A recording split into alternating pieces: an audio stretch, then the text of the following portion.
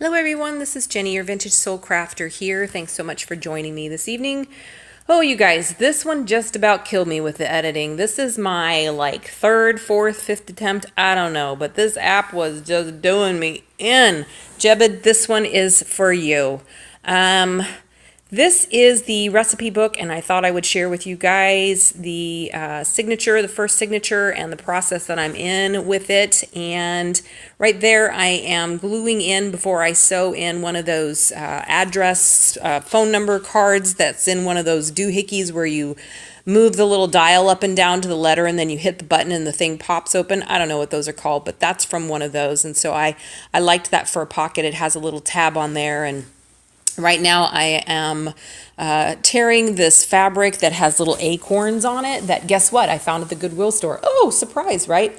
And it just reminded me of kitchen, and I bought it quite a while ago, and I just really wanted to use it. I sent some to Nick the Booksmith. Hey, Nick the Booksmith, if you're watching this, who also taught me that when I make my little pocket, little, tuck spots, to make sure that the tuck-in portion of them is on the inside of the book or the page so that nothing falls out of it. And I think that's a great tip. So I have tried to keep that in mind and do that as much as possible, just like I did here.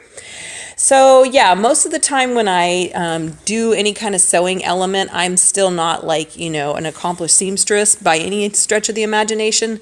So I do like to glue things first before I sew them on so that they don't move. My first and last sewing machine, not the sewing machine that I have now, which is really steady and nice.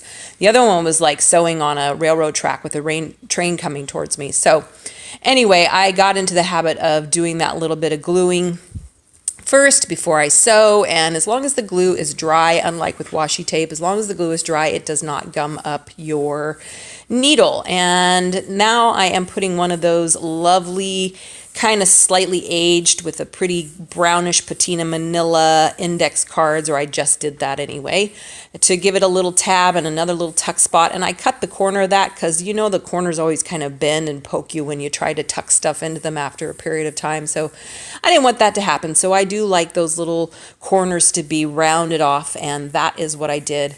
I'm tearing more of this fabric. Yeah, I'm kind of merciless with this fabric, but I like those rough little sort of frayed ends, and it doesn't bother me at all. And actually, I can probably tear that fabric straighter than I can cut it straight. So this is the middle of the signature, and it was from a recipe book that I got. Oh my gosh, surprise, Goodwill. And it was one of the first inspirations to do a recipe keeper type cookbook, which this is going to be a junk journal recipe keeper cookbook for my niece, in case you didn't catch that from the last video. My sister bought the kit that I had available on my Etsy store for her. I have twin nieces, and they're both going to be getting junk journals made by me. One of them loves to cook, the other one just loves to journal. So this little centerpiece that I am going to mess with here, and I actually even edited out portions of it. I was so determined to keep it in there because it was from that recipe book that first inspired me. And I tried using the fabric to cover the holes, and I don't know, it wasn't working for me. So I ended up going back to this recipe book, this cookbook that I shared in the last video, that has, again, those wonderful muted tones and shades of vintage photos that we love so much. And it has that nice kind of dimpled texture to it, as well as a thicker cardstock, not really cardstock, but a thicker paper. You know what I'm trying to say. I wasn't sure if I was going to use it in this, but that center section that I was so determined to preserve was just not working for me.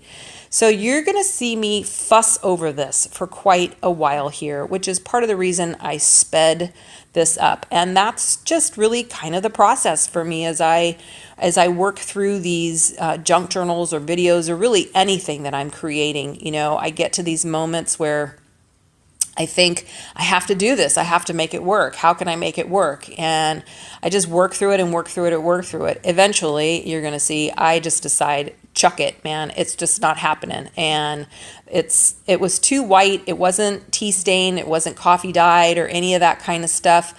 And I love pages and papers that are already like that little index card, and a lot of these pieces in here that already have that vintage aged look, because if you don't have to dye it or stain it, that is all the better.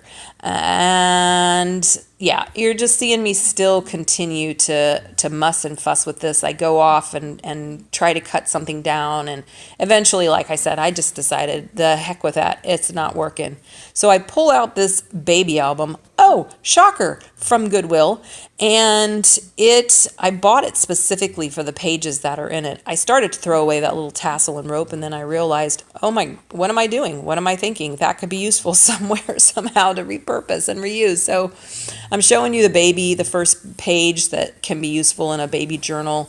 And yeah, so these pages are the reason I bought that book. They didn't have anything in them, as you can see, and they, like I was saying, have that really nice, already browning, aging color, and they had a nice feel to them. They were that creamy texture that I love, and they had a good thickness to them as well. So I decided to just go ahead and use those in the center instead of that pocket page that I was trying so desperately to use. But now you're going to see this is me processing and trying to work out, how am I going to use this? I was just counting through the other signature in the book to see how many pages that I have, because I think it's not necessary, but I think remaining consistent is a good idea when it comes to, how many pages that you have in each signature. It just kind of helps with the flow of the book as well.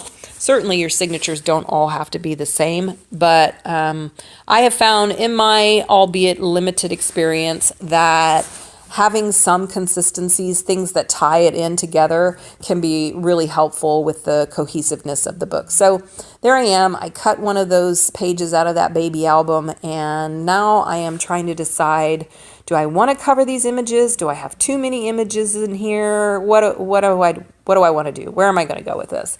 I really didn't know. And you're going to see also in a moment that I decide that those pieces are they're too big. Off camera, I do sew that little pocket that's down below, and I cut the cards into smaller cards, more like recipe card size. And I have trouble with my corner rounder too. I sometimes forget that I actually have to empty all the little snippets that are in there. Yeah, that's like your brain dead tip of the night, duh moment for me. So yeah, there it goes. Yeah. Why isn't this thing working? What's the problem? Why isn't it making my corner round? Well, hello, Jenny. You got to empty the thing out every now and then. So anywho, where was I? Oh, yes. Making sure, trying to decide whether I like these little pages in here or not. I don't know. That was some weird, I can't read it from where I'm at, my perspective as I'm narrating this, but that was some funky, weird recipe that, I don't know, it didn't look so good to me. This is some of that food paper that I got in that pack, and I cut the corner for that as well for the beginnings of the pockets. And now I'm using a cute little Rolodex card, again, gluing it in initially, and then I will go back and sew these elements. It also just helps with my brain to do it like this, to know what's going to go where as I work through them. And yeah, there's the rounded corner of that one. And that's one of those little pockets with kind of a hidden pocket in it that I made out of another recipe page. And I'm thinking maybe I'll stick it somewhere, maybe I won't. But in the end, I decide there that I'm going to do another Rolodex card. I really like those. I like that little punch that's in them, and I like the feeling of them. And these ones also have that good yellowing on them as well. So what you're not seeing in here is that my little bulldog buddy Otis was being a bit of a naughty boy last night. I made this last night, and it's taken me all day this next day to try and get this video made. So yeah, Otis was being naughty. He decided he wanted to chew on one of my little children's books that I had in a bin down there, and then he wanted out, and then he wanted me to play, and he just wanted all kinds of things. Little boy was feeling needy. So this is, okay, here's the envelope saga now as I journey through my processing of what am I going to do and what am I going to put where and so forth. I'm working off of this kit that I had made, like I said, for my sister. And so I'm trying to use the elements that are in the kit. Of course, I'm in my craft room, so I can incorporate whatever the heck I want to, but I'm trying to remain faithful to that kit, basically. And that's one of the index cards. I know that I want that to go in there somewhere because I like the way that color pulls out some of the other colors, but I'm just not sure where. And the envelope was also in the kit. I like it there. I try to kind of washi it in with, it's basically hospital paper tape, which you're going to see in just a second. And I tear it out. I didn't like it. I'm not happy with it. So I've been pondering that during the night and day and trying to figure out what I'm going to do. Yeah, here comes the paper tape. I went through my washi tape drawer and realized I don't have any like cooking sort of food oriented washi tape. I got a drawer full of washi tape, and I think one maybe has watermelons on it, but I don't have any others that are cookery, kitchen-y style. So I started to order some today, and then I thought, no, Jenny, you really don't seriously need to order more washi tape. You need to use what you have or figure something else out. So I think I came up with an idea that I will probably share with you in the next video, if it works out, of what I'm going to do to attach this envelope. I really like using envelopes in the journals. It's such a great way to reuse them. I mean, it's nothing new. Everybody does it, I know. But I've just found that yeah, there it goes. Thankfully, that hospital paper tape, which I'm pretty sure is where the washi tape idea came from, it works really well just to be able to pull it off, and it sticks actually quite well too. So, and I'm just trying different things out. But yeah, I think I don't know. I like the envelopes in there. They're great for tucking things into, and they're nice, as you can see, for fold outs and so on. But I'm just kind of coming to the end of myself here for the evening and can't really think of much else to do. I don't have any tapes that match. I don't feel like sewing anything, and I just kind of feel like I'm done. So I think I'm just about, after I decide with this card, yeah, no, not quite working for me here, and maybe not. I'm pretty much done, I think. So right about here, I am going to call this signature done for the evening and say, booby, booby, booby. That's all, folks. Close her up. She's done.